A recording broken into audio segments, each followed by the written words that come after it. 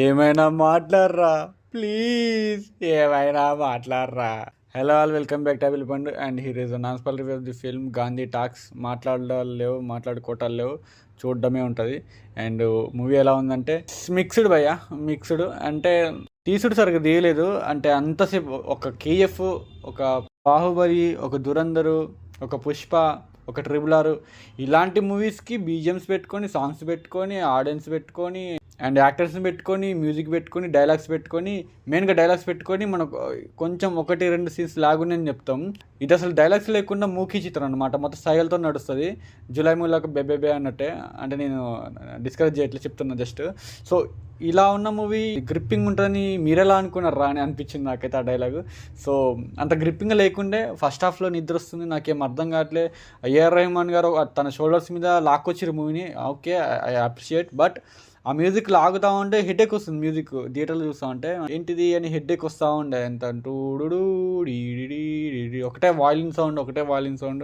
End of the day నా లైఫ్లో నేను ప్రతిదీ ఎక్స్పెరిమెంట్ చేస్తూ ఉంటా. సో డైరెక్టర్ కూడా అట్లనే ఎక్స్పెరిమెంట్ చేసింది. సో దాన్ని నేనైతే అప్రిషియేట్ చేస్తా.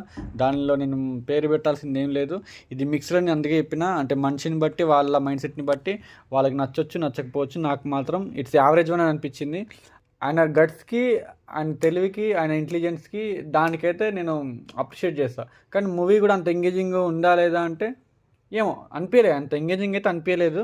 ఇంకా గట్టిగా తీస్తే అసలు నిలిచిపోయేది, అవార్డులోనే వచ్చేటి. ఫస్ట్ ఇది గోవాలో స్క్రీనింగ్ చేసిరంటే 3 years బ్యాకే. సో డిలే అవ్వకుండా వచ్చింది మూవీ అయితే. స్టోరీ విషయానికి వస్తే తనకి ఎంతో అవసరమైన మనీ కోసం చెడుదారిలో పడతాడు మన విజయ్ సేతుపతి గారు. అండ్ ఇంకో సైడ్ బిజినెస్ లాస్ అరవింద్ గారు కూడా సేమ్ క్లాష్లో పడతారు అనమాట. ఆయనకి క్లైమాక్స్లో ఏమైంది, ఆయనకి ఏం జరిగింది, ఇద్దరు ఒకటే చోటకు వస్తారనమాట. ఇప్పుడు వేదంలో మంచు గారు, అల్లు అర్జున్ గారు ఎలా వస్తారో అట్లనే వస్తారు. సో తర్వాత క్లైమాక్స్ ఏం జరిగింది అనేది ఇక మీరు మూవీ చూసి తెలుసుకోవాలి. ఒకవేళ మూవీ థియేటర్లో చూడకపోయినా ఓటీటీలో చూడండి. Actually lag movies, Malayalam movies కొంచెం పేషెన్స్ ఉన్న వాళ్ళు అయితే మీ పేషెన్స్ టెస్ట్ చేస్తుంది. వాళ్ళు చూడొచ్చు. నార్మల్గా హైస్ కావాలా, ఇంత స్లో నేను వెయిట్ చేయలేను, నాకు పేషెన్స్ లేదు, ఓర్పు లేదు అనుకునేటోళ్ళు ఓటీటీలో వచ్చేదాకా వెయిట్ చేయండి. మధ్యలో మూవీస్లోకి పోకండి, అది మంచిది కాదు. చెప్పుకోదగ్గది ఏంటంటే మన ఇండియా యొక్క అన్ఎంప్లాయ్మెంట్ని, కరప్షన్ని బాగా చూపెట్టారు. మనీ చుట్టూ తిరుగుతూ ఉంటుంది మూవీ అంతా. అండ్ ఏఆర్ రెహమాన్ గారు అయితే తన షోల్డర్స్ ఎక్కిచ్చారు, వేసుకొచ్చి లాక్కొచ్చారు మూవీని గట్టిగానే. అండ్ డైలాగ్స్ కూడా ఏం లేవు. ఒక సాంగ్ ఏదో కొంచెం ఒక గ్లిమ్స్ సాంగ్ నాకు విన్నట్టు అనిపించింది, అదితి హైదరి గారి ఇంట్రోలో.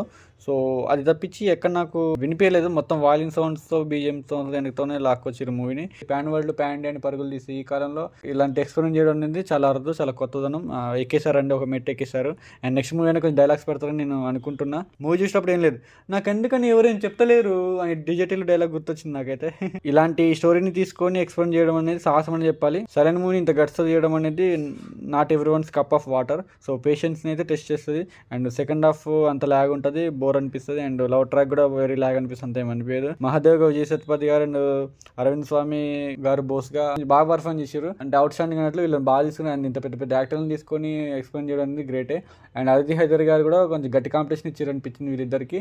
తను కళతోనే యాక్ట్ చేసింది. ఆ మూవీగా చూడాలనుకుంటే ఇక మీ ఇష్టం. మొత్తానికి అయితే ల్యాగ్ ఎక్కువ ఉంది, స్టోరీ ఓకే యావరేజ్. కానీ మధ్యలో ఫోర్స్ఫుల్గా పేదరికాన్ని బాగానే దింపారు. కొన్ని సీన్స్ ఫోర్స్ఫుల్ అనిపిస్తాయి. యావరేజ్ అనుకోండి, నేను కూడా అట్లా అనుకుంటున్నాను, ఎందుకంటే ఎక్స్పెరిమెంట్ కాబట్టి. సో దీన్ని నేను కళని ఎప్పుడు తప్పుపట్టను. ఎందుకంటే ఇప్పుడు మోన్ మూవీని నువ్వు ఎట్లా ఎక్స్పెక్ట్ చేస్తావు భయ, ఎంగేజింగ్ అది ఇదని మీరు అనొచ్చు, ఎవరైనా అంటారు అది నార్మల్గా. సో మనకు ముందే తెలిసి ట్రైలర్లో మోన్ మూవీ అని చెప్పేసి, అంటే మూకీ చిత్రం సైగల్తోనే. సో మూవీని దీన్ని కొంచెం మిక్స్డ్ అని అన్న అందుకే. సో చూడాలనుకుంటే థియేటర్లో చూడండి, అండ్ లేకపోతే ఓటీటీలో చూడండి. చూడడం మాత్రం మిస్ చేయకండి. కొంచెం పేషెన్స్ అయితే ఉండాలా, అది నేను చెప్పగలుగుతా. And that's all about this Gandhi talks. No talks అయితే ఏం లేవు, చూస్తూ ఉండండి.